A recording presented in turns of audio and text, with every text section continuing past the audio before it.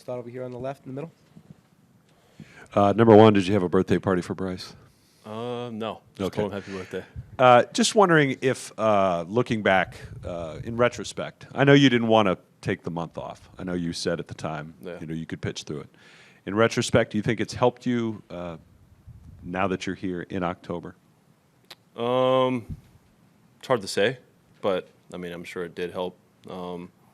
Just basically not wasting pitches, I guess you could say. Yeah, I mean, you could take it or leave it, I guess. It's kind of up in there. Okay, next question. Jim over here on the left. When Bryce went down, how big of a challenge did you think that would be for the team to overcome? It's a big challenge. I mean, he's our guy. He's our big bat in the lineup, but other guys were able to step up. Not just one particular guy, but, a group of guys. They stepped up, and they did it for a long time, and that's kind of what, got us here. Okay, we're going to go Scott right here on the right. Just following up on that, what do you remember about the clubhouse that night, the mood in there? Yeah. Were guys concerned? Were they anxious about what was going to happen next? You didn't know how long he was going to be out. Yeah. What do you remember about that night? Yeah, it's always something that goes through probably everybody's head when something like that happens. Not just to Bryce, but everybody. I mean, you never know if it's broke or not and how long they're going to be out, this and that, or if they're going to recover well. Everybody recovers differently. But, yeah, I mean, it was a bad night here, and, luckily we didn't miss him for too long. And, he's back. Okay, we're going to go to Emma in the middle. As loud as all of these playoff environments have been, curious about being able to hear PitchCom and whether you or anyone else on the staff has made adjustments to the system. Yeah, we did make adjustments. We have like a little tube coming down through a little hole in our hat that goes basically right into our ear. So, we know these playoff environments get really loud, and especially when you're on the road. But, we're at, I think I used like a 10 volume the other day in Atlanta, and I was just fine hearing it. So, if I didn't have that little tube, it was probably, all the way turned up. So, somebody came up with that. I don't know who did, but we started using it.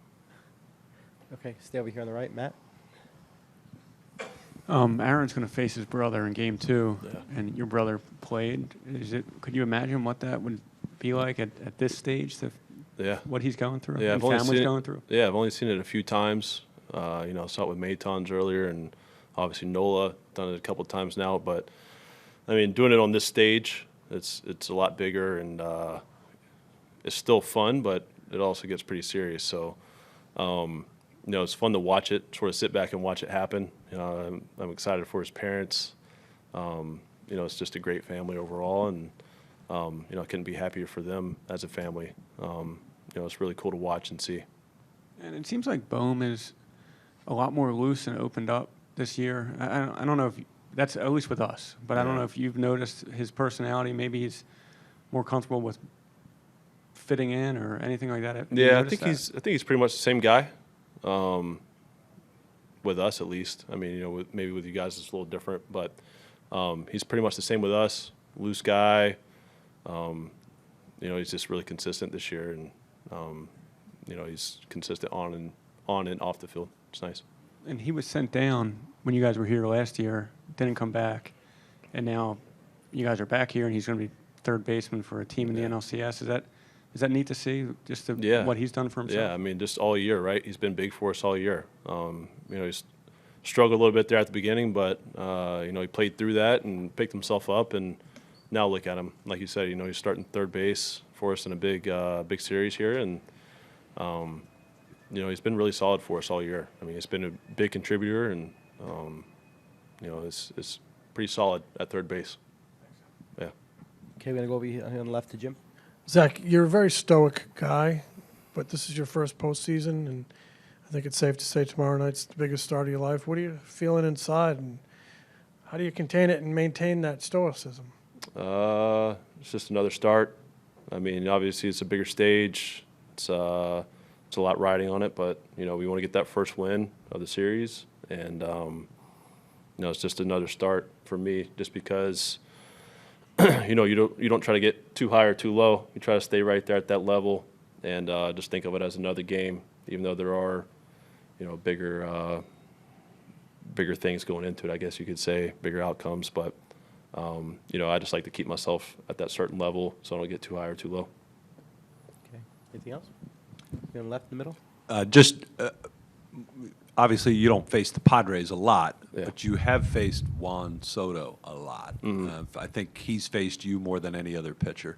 Just wondered if you could speak to, you know, the unique challenge that he is as a player, as a hitter. Yeah, I mean, he's really good.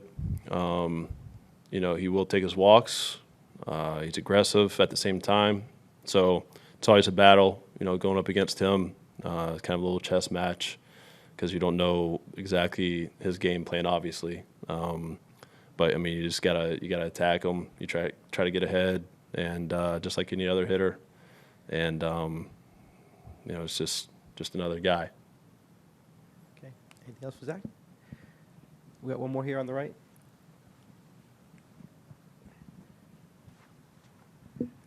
Hello, Zach. How's it going? Yeah, I remember that you were speaking really highly of you, Darvish, even when you're with the Mets, and you guys, you know, experienced the same, you know, the Tommy Johns and everything. And he's 36 now, and you're 32 now. Yeah. Does he have any kind of influence on you? And if he's so, in what regard? Yeah, I mean, I've watched him pitch over the years for sure. You know, kind of the same repertoire, I guess you could say. You know, he throws a little more off speed than I do, but he's also got a good fastball. And, you know, he attacks guys, whether it's a different way than I do or not, but he attacks guys. Just watching him pitch, it's, you know, he's done it for a long time now, and he's been good for a long time. You know, he's very good at what he does, and he's figured out his little niche, and, you know, it's fun to watch him pitch. How much are you embracing facing him in a big stage like this? Yeah, it'd be pretty cool. You know, there's a lot to go with him, and you know, I know he's going to bring it, so I got to bring it too. Okay. Thanks a lot, Zach. Yeah, thanks, guys.